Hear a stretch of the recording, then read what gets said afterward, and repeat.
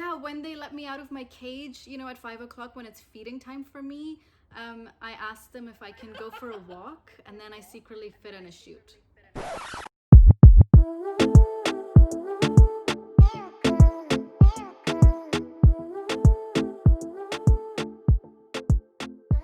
Yeah, so today I wanted to call Rabia because we had this conversation ages ago about how she thinks that she doesn't get a lot of work in Pakistan because she's a bit darker. And I personally feel like I don't get a lot of work here because I'm not darker. So we have a opposite issue because a lot of castings that I go up for ask for Indian looking girls, and I don't look very Indian because yes, I've got the features, but I'm quite light. So a lot of the castings that I end up getting are Middle Eastern girls or Turkish girl, or ethnically ambiguous girl. Um, so it's interesting. And a few weeks ago, I put up a picture on my Instagram about one of the first big shoots that I did, which was for Superdrug, and the final edited image, I didn't look like myself because I was lighter, my eyebrows were thinner, my lips were made thinner, and it was really strange seeing that. And this was years ago, so it didn't do great things for my confidence starting out as a model. But I don't know if you've had people change the way you look post edit. Have you had that? Yeah, definitely. I mean, I did. I mean, I've been, modeling now, what, like 11, nearly 12 years actually in total. Wow. So in the beginning, it was very normal. And I mean, I won't lie, it's so funny. Like right now, I'm back home and this is where I started modeling, and I thought it was pretty cool, like back then, because I didn't have that much confidence. So when they Yeah. would change my nose or my lips, I thought, hey, this is how I wanted to look at that time. Because having like just that thing maybe from Pakistan as well, like where people just kind of pressure you of like, hey, you should look a certain type, like be fairer. And so at that time I thought it was really cool, but later when I made peace myself, like after maybe turning 22, 23, I got more confident and I was like, hey, what's happening, what's going on with the retouching, like am I not good enough, is like my lips like too big or whatever. Yeah. So like later, I realized I made peace with it, but also a lot of companies and brands, at least in Europe, changed. Like they wanted like more natural looks. So Yeah, that's also interesting. I don't know if you've noticed, Anya, because you're more of a consumer, so you see everything from the other side. Um, there's definitely been a trend of like suddenly in the last 5 years, especially where we don't get that much airbrushed models on products and on billboards in general. I guess from a consumer perspective, because I've also realized that's something that happens not only in the media but also in corporate. So, for example, like diversity hires or those that look slightly diverse, they get put in front of magazines or in front of marketing material. Yeah. So I've now aware of it a lot more. So actually, the last company I worked for, I 100% think I was a diversity hire, and they were doing like a rebranding of their marketing material. And me and my very good friend Chanel, so Chanel's mixed race and I'm obviously brown. We were doing one of the photo shoots with them, and the photo shoot only lasts like an hour. I remember they were doing a shoot over like 3 hours, 3 days, sorry. So my photo shoot lasted an hour. They were doing a photo shoot for 3 days. And then when the imagery came out, a lot of it was the images with Chanel and I. And we were like, is that because the color of our skin? Is that because we represent this diversity that they are trying to mold? Is that what the industry wants? And then that kind of idea came to mind because I've started noticing in the last few years when it comes to makeup brands and fashion brands, and there's a lot more darker skinned folks that are out there being represented, and there's a lot more protesting going on social media to be like, well, we don't see someone that looks like us. And actually saying all of that, I know when I've grown up, I have heard things like, oh, but you're not the even to myself, it's like, oh, but you're not the fair one in your siblings. And I'm like, I think I look okay. They're like, but your brother is fairer, or your sister is fairer, or you could be a little bit fairer because that's how you're going to get a husband when you grow up. So these comments are just in the South Asian culture, and that's not to say they're not in kind of other cultures, because I know 100% they are, but I can't talk on their behalf. And it's just worrying that we've grown up with the thinking that we're not good enough based on the color of our skin, though we're all from the same place. Yeah, I mean, the fact is that I grew up in Pakistan, and I know how apparent it is there. Like, every 2 minutes, Fair and Lovely adverts come on the TV, and it's literally a dusky girl, not confident, and it literally starts off, I'm not even kidding, if anyone's seen a Fair and Lovely advert, they start like this. That's the dark girl. And then someone gives her Fair and Lovely, or she finds it in the store, and the guy she was secretly like admiring, and suddenly the wind blows her hair and she's fair, and he says hi and she's like hi, and the next scene is them getting married.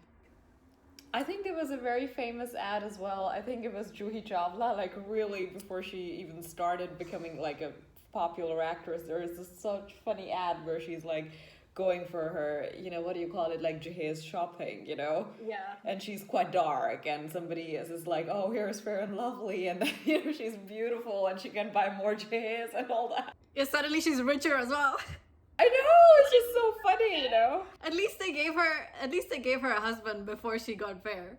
Yeah, and you know what? The guy in the ad is like quite dark, and he's got like a mustache and he looks like a Tamil star. Like, what's going on? Now they have Fair and Handsome though. Do they? They're Fair and Handsome. They have Fair and Handsome, because if you look at Bollywood, the trend is that the biggest stars are always fair and muscular and like a little bit of stubble and light eyes. Like, everyone wants to look like Hrithik Roshan. I don't know who the new kids are nowadays, but like Hrithik Roshan is the one that pops up in my head always. Yeah, very true. Shah Rukh Khan is not super fair, and he is like the go-to actor. But he's fairer than the average Indian person. I like, for sure. And they definitely, like, if you look at super old movies, he was definitely darker. And, over the years, all of them, whether it was, whether it was a Shilpa Shetty, whoever, they got fairer. I don't know if that's makeup or Fair and Lovely. It's Fair and Lovely.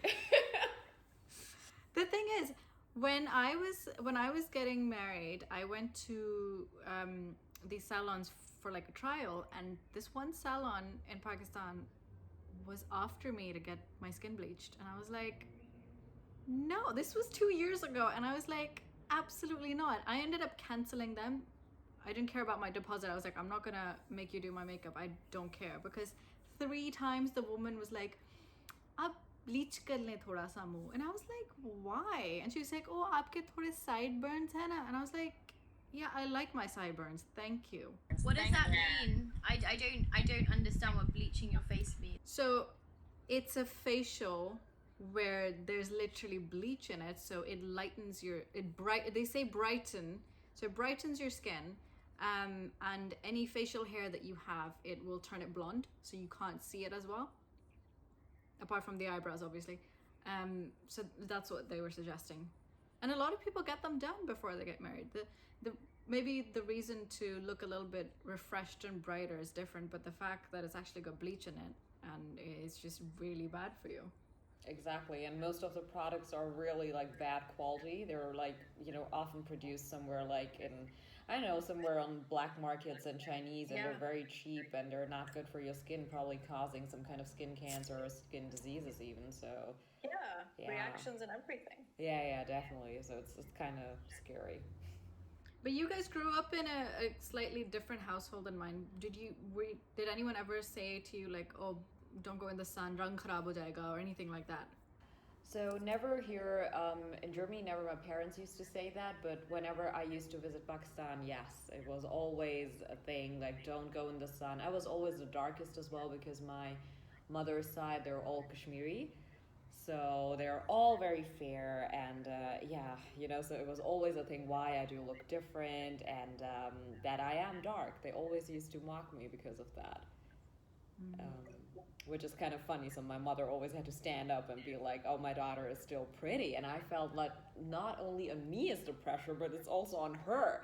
Like, why did you give birth to someone who is so different looking? You know. Yeah. So yeah, that was definitely something. But I guess, you know, like my parents, thankfully, and because maybe I grew up in Europe, like they did such a good job never of like having me being complexed about my skin color, like ever. Allah shukr. I'm so grateful for this. But like if not, then I can imagine I would be like pretty devastated a lot. Yeah. Yeah. But it is there in the Asian industry, and you know, somehow the color, it's like a thing which does follow you, because at some point, you know, when I moved to London and I started like, you know, getting requests for Asian bridal magazines like Asiana and Kush and all that, whereas Kush was like more open to people who have like different skin colors, whether it was like, you know, super South Indian looks, or whether it was like almost Kashmiri, Chinese, Assami, whatever look. Oh wow, yeah. You know, I feel they're more open-minded. But then you look at Asiana or their bridal shows, and Oh, Asiana has the same face. yeah, They look for the same face constantly. definitely, they look always for like, it's almost like a European face they're looking for. Yeah. And Absolutely. I think it's ridiculous, because in the end of the day, who is buying Lenga Jolie Sari? It's not some Russian or Slovakian or whoever models, you know? Or this is not their targeting like group from a marketing perspective, you know? It is, in the end of the day, it's Asian people. So why don't you hire somebody who, you know, people can relate to? But this is something that really frustrates me, because I like Pakistan Fashion Week here. I've applied so many times, well, twice. Did you? Yeah. And I didn't get it. And then when I saw the show on TV, or like their marketing or everything, they actually had Russian models flown in or European models flown in and then walked the ramp. And I'm like, why? The only people going to the show are South Asian women. Yeah. The only people who are buying these clothes are South Asian women. So why would South Asian women want to see these clothes on like a Russian model? Like, it just doesn't make sense to me. Like, you might have the odd white bride that's marrying someone from our culture and would like to buy a lenga, but the marketing really throws me off. Exactly. And I get sometimes the hype thing, like in catwalk or high fashion. I get it. Like, you know, sometimes certain bridal things are, you know, they just look nicer on somebody who's 5'10". So, you know, I get... have models of Indian and Pakistani background, or Bangladeshi background, any background, South Asian, who are tall, who are, if they're going for like a really skinny tall look, you have those girls there. That's a completely different, like, so I'm listening to you guys, right? I'm not from this industry, and I'm sitting here thinking, no one even thought I was good enough to be a model because I don't fit the height. So my whole life I've been fighting with a whole different barrier, and it's, you're not tall enough, you're not skinny enough, you're not model looking. And so I'm listening here and I'm like, yeah, okay, so that's great. So color is definitely one thing that we need to think about, and colorism most definitely exists. I mean, we have it at all the time. When I was younger, I went to a wedding in Pakistan, and I must have been like 12 or 13, and I remember the bride was getting like upton, so the yellow stuff a couple of days before, and I was like, why are you doing that? Why are you putting mehndi on someone's face? Because I didn't understand it. And they were like, no, that's the bridal thing, so that when she goes to a wedding, she's cleaner and fairer, and she's glowing. And I was like that's crazy. Upton, I'm sorry, isn't that some haldi? Yeah, upton is haldi. Yeah. But it makes you, apparently it kind of helps you with the glowy and the brightness and the fairness. But I didn't understand it when I was younger, and it was when I got older I was like, why is that a thing? Like, is that something I have to do before I get married? Of course not. And so now you get colorism. But if I was to even think about like being a model, and I think that's why a lot of the times I don't look at Asiana, I don't look at Asian magazines, because I'm like, I don't see a 5'3", nearly 5'5" brown woman who thinks that she's tall enough as Zoha, which I only realized a couple of weeks ago I wasn't, I'm not gonna lie. So I thought we were the same height. That's true. So interesting. I know you're saying that you wouldn't look at Asiana or anything. I don't have any of this publication in my house, but I'm familiar with the product that they produce. No, that I'm familiar. That's why I don't look at it. Or would you look at Vogue, or would you look at Elle? But interestingly enough, the girls who do really well in Asiana are quite short, but they are skinny and they have small faces. So a lot of the girls are 5'3", 5'2", because South Asian women don't tend to be taller than 5'6". So you have your shot there. Okay. Well, I'm happy now. So that's kind of the end of my rant. I personally know some of the girls who do work for Asiana, and they are quite short. They are. And some of the European chicks, they're not even skinny or anything.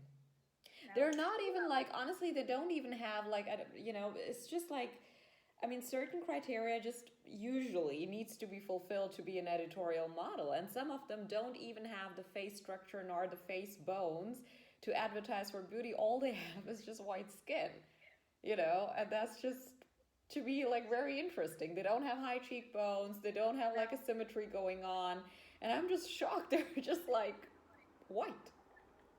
I think you asked a question. You said, do you look at Elle and Vogue? So the honest truth is, I don't look at magazines if I don't see myself. And I don't just mean colour. I mean a normal average person who's being showcased. I cannot look like that when I put clothes on. The clothes do not fit me like that. So I know for a fact that as you're putting it, even in a Zara catalogue, that's what that model looks like. That model does not represent me. So I don't see people looking like me. And so I've never been a magazine buyer. I've never really been into any of this because I've always felt like I'm not good enough because I don't see it. So even when I was in university, I used to put a lot more makeup on, or I used to put like bronzer on and try and highlight my cheekbones, whatever I used to do. Now at the age of 27, I can sit here and be like, I don't need makeup. But of course, when I was growing up, I did need makeup because everybody around me was more attractive if you were looking a certain way. So, if you were lighter, or if you had pink rosy cheeks because you were more feminine and it helped you with your glow, or if your eyebrows were done in, like, I'm super conscious about my eyebrows. Though I have them, but I'm super conscious because I've grown up where everyone's fully filled their eyebrows in, and I only get mine done once a year. So I'm like, am I doing something wrong? Should I be doing better? So my point being that colorism is definitely where we need to start. And hopefully if we fix the issue with colorism and if we stop discriminating, there will be a lot more representation, but everybody will start feeling confident about themselves rather than growing up and starting with colour and being like, right, if I'm not fair enough, then I must not be good enough. And you said something, I think, without realising, Rabia, you said, my mum said, yes, but she's still pretty. The fact that even subconsciously came out means that you're associating, not you, but colour is being associated with good lookingness. Yeah. Attractiveness is a very subjective thing, but Definitely it gets narrowed down to a very specific look. And I think the West is doing quite well in creating a lot more representation, but in countries like Pakistan, from what I know, it's not something that they're working towards. Like, I don't see, funny thing is, like, sometimes don't you feel like sometimes it's a bit of hypocrisy going on from us? Like, anyone who's BAME, we always complain about, there should be more diversity in Europe. But then look at our own media. How much diversity do we see in the average Pakistani drama or movie? Really frustrates me because literally like a few weeks ago, Maria B, Maria B, like huge designer in Pakistan, right? She just launched a fragrance and I was looking at it on Instagram because she just launched it, and it was this beautiful Tuscan village and this model's running and she's got the perfume on, I'm guessing, and it was an Italian white model running in an Italian little city, and I'm like, Maria B, no one knows you in Italy. Why are you doing this? Give the chance to like a Pakistani model to be a part of this, to represent the brand that you actually stand for, that the people who are working for you are all Pakistani, the women who buy all those things that you create are Pakistani. They're giving you the power to make this advert in the first place, and you're just not even representing them. And then it's the catwalks and all of those, and then even models on lawn billboards are all like, they're all gonna be white, and you're driving down Karachi and there's like billboards. Firstly, either they're gonna be white, or the models, have you ever noticed that best model of the year and all of that are always so fair and light-eyed, and then you find out, oh, their mom's American, that's why they're a model. Yeah. Often it's the case. Yeah, I think Pakistan just lacks a lot of diversity. And I understand, obviously, it's not a country like, where people from all over the world move to. So, I get that most of them are Pakistani. But within Pakistan, there is so many cultures. Like, I was reading actually, like, at home, so many books about that. There is, like, in Kailash is a place in Pakistan, where people look very different.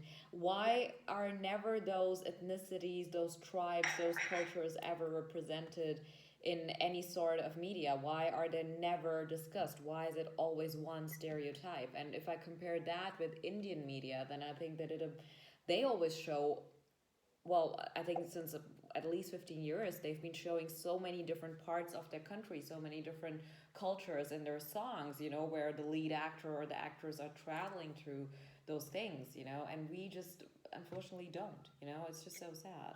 For in terms of the model perspective as to why they don't show women from like smaller parts of Pakistan and why the average Pakistani woman is not seen on a billboard, I think religion plays a part in it, because according to the majority religion, being a model or an actor is equal to being a whore.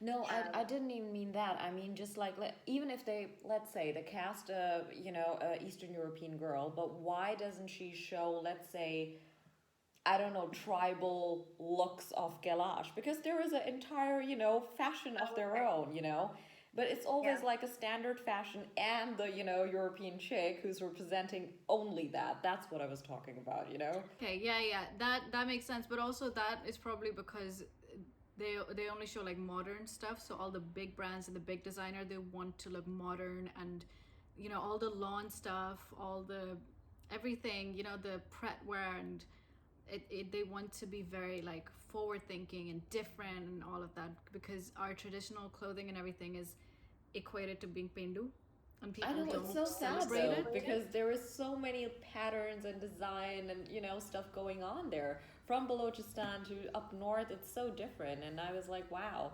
And actually, it's funny. Like, even human civilization started somewhere down in those regions. Yeah, Mohenjo-daro is where. Exactly, One of the and earliest nobody knows, civilizations. and nobody talks about it because we're so busy imitating Europe. Like, Yeah. But we're not even imitating them properly. Like, you brought up India. I think India is ahead. Like, they have understood that they can keep their culture, and at the same time they can keep culture, and they can enhance their culture, and it's only gonna better them. And I personally think, I'm not talking about all of India, but the India that we can see, they, the stigma's changing. The girls wear what they want in some scenarios and in the movies, and we don't call them like kind of like discriminatory or derogatory words like whores or sluts or bitches, right? We're not like, that's what they're doing. And equally, there's a representation, and you have like Miss World, and Indians are involved with Pakistan. It's such a, for me at least, being Pakistani and not being in Pakistan, is I've never really loved going back, because there's still a perception of लड़की अकेली नहीं जा सकती, लड़की ये नहीं कर सकती, लड़की वो नहीं कर सकती, लड़की ये नहीं पहन सकती. The fact is that and again, I'm not talking about like all of India, but I mean the media representation of India has moved, and so the cultures and the mindsets are changing. But in Pakistan, it feels like if you are to do something, I've seen Pakistani models that are definitely trying to break the barriers, and they get so much stick on, even on Instagram or social media, being like, you're gonna go to hell, you're gonna get stoned, you're not allowed back in the country, or what will your dad think, what will your uncle think? And that sexualization of young girls, or girls in general, wearing a certain thing or being a certain color, or even the fact that we've said colored eyes so many times in this conversation, means that there's this like connotation when it comes to these attributes or characteristics that make them different, but that different we're sexualizing, and it's, well, you're fairer means you're more attractive, which means you're going to get more men. Like that's what we're trying to say. We're not saying you're fairer and it means you're going to get a degree. It's like, you need to be fairer so that you can reproduce. Yeah, and that's the thing, because it's seen as a desirable trait. It's seen as something more attractive and more trustworthy in some situations as well, because psychologically that's what plays into people's minds without even realizing it. But going back to your point about how there's so many models trying to break that barrier and actually doing quite a lot of amazing things. They're really highly educated, and Ayman Sultan is someone who comes to my mind. I think that's her name. And I absolutely love her because she is she does not give a shit. She is Pakistani. She shaved her head. She's doing all those shoots. She's got a stunning face, and she looks super Pakistani. And this is the thing: people are still treating her online. If you look at all the comments and everything, everyone thinks that she's some sort of like slut and calling her derogatory comments. And this is the thing. Really? It comes down to yeah, she got married recently, didn't she? It comes down to, I think, people's perception of religion again, because they bring that into everything. But it's just a thing, right? Like, unfortunately, the whole country, I mean, it is found on religion, you know? But the thing is that there are ways to go about it. No one is taking their top off on Pakistani TV. That would be surely against religion. People are literally wearing the clothes that Pakistani people wear on a billboard. You wear sleeveless when it's hot. You don't, but it's going to be mounted up and like pushed to the extreme of being called some porno. That's how they act. Yeah. And that's what a lot of people think, even if they don't, speak it out. And that's the scary part, actually. Do you know when I tell someone that, so if I go to a Pakistani gathering or I meet someone Pakistani, this is actually a really weird stories come to my head. So this is actually the worst interaction I've had. I was on a train and I gave my seat up to this older gentleman. And first he was quite like, no, it's okay, you sit down. And I was like, no, I'm fine, you can sit. So he sat down, and I think 2 stops after, the seat next to him got free. So he insisted that I sit down as well. And we started talking, and he was Pakistani, and we started talking in Urdu, blah, blah. And then he was like, oh, what do you do? So I personally don't tell people because I know the reaction is going to be annoying and I'm going to start talking. So I was like, oh, I work in the media. And he's like, oh, no, but what do you do? And he got really specific. So I was like, okay, fine. I'm an actor and I model. And he was like, I pray for you. And I was like, for my success? What? And he's like, I pray for you and your parents that you stop doing that. And then he was like, oh, I can give you a job. You don't have to do this. And I was like, I'm gonna leave now. I can't, like, it's just the fact that you could say, like, if I was an accountant, he would never say that, right? Yeah. But that's also something that the first thing that people say when I tell them that I'm a model and an actor, the first thing they say is, oh, do your in-laws mind? Is your husband okay with that? And I'm like, yeah, when they let me out of my cage, at 5 o'clock when it's feeding time for me, I ask them if I can go for a walk, and then I secretly fit in a shoot. Yeah. Like, that's the mentality that people have, or like, still, it's 2020. But it's a thing with the profession in general as well. I'm telling you, a lot of people find it just cannot relate. They're like, oh, so how are you managing? How are you surviving? But of course, the Pakistani side and the religious side, and that is even like, twice as hard, because people are like, oh my God, you're like a proper shaitan there doing something like, oh, Yeah, but I think one of the ways to move forward, I guess, is to actually encourage the people that actually want to get into this industry. I think there is space for everyone. I don't think that you should, like Sonia said, that no one told her that she could be a model. Like, no one told me I could be a model, but the environment around me where people were like, oh, you're tall, you could do that. When I was 16, I was quite tall. I stopped, sadly. Yeah, when I was 15, well, actually, when I was 13, I hit 5'5" really quickly, and people were like, oh, she's gonna be like 6 foot tall. My aunt was like, you'll be like a French model, blah, blah. And I was like, yeah. So I always, in my head, I was like, yes, I'm gonna be super tall. I'm gonna be on like runways, blah, blah. And then I hit 16, 17, and I just didn't grow. And I was like, I mean, I haven't grown since I was 12. It's a little bit of an improvement, to be fair. Wow. So, it must be some Auntie G's buri nazar. Yeah, when I'm the shortest in my family, I literally say to my parents, I'm like, it's all the weight that I had to carry on my shoulders as the older sibling that's weighed me down. It's the patriarchy and being the older sibling that's left me short. It's the patriarchy that has left me at this height. So actually, it's your fault. I'm like, it's all those Tesco bags that you made me carry as a child. I just didn't. I was like, I could have been 6 26, I could have been a model. I could have made it, but it's your fault that I'm like this. Yeah. But yeah, so on one hand, like, you shouldn't feel like you have to look a certain way to be a model, because there's a lot of different kinds of modeling that you can do. You know, you can do commercial modeling, which is a lot more realistic. You can do high fashion and magazines and editorials, and everything has a different look for it. So if it's something that you really want to do, I think you should just do your research, look for agents, get some, you know, do some free photo shoots, get some good pictures, so that you can go to these agents and say, I have potential and I want to work hard at this. But equally, if you're not a model, it does not mean you're unattractive.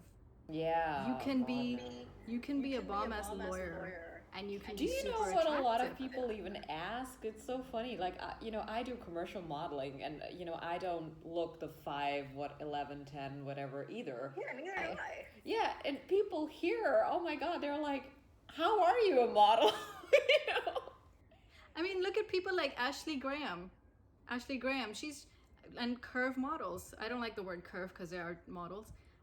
But models who look slightly different. And I've heard so many stories where they'll be like, I say I'm a model and people just look at me really funny, not wanting to, first they think I'm joking, and then they're not sure, and then they're like, and it's like, you can be attractive no matter what size, color, height, shape you are. Doesn't matter. And, you know, I always struggle with the insecurities so much, especially with, like, oh my God, you know, size and all that. Because then, you know, I often don't feel skin, especially my body is going through crazy transit, you know, because I'm hitting 30 in a month. And I'm telling you, the hormones change, things have changed, and I just have to come to peace with it. And it's funnily not even that something, I can't really tell, but it's just the hormones, and your curves are changing in a different manner. Yeah, and again, like as humans, we evolve. Yeah.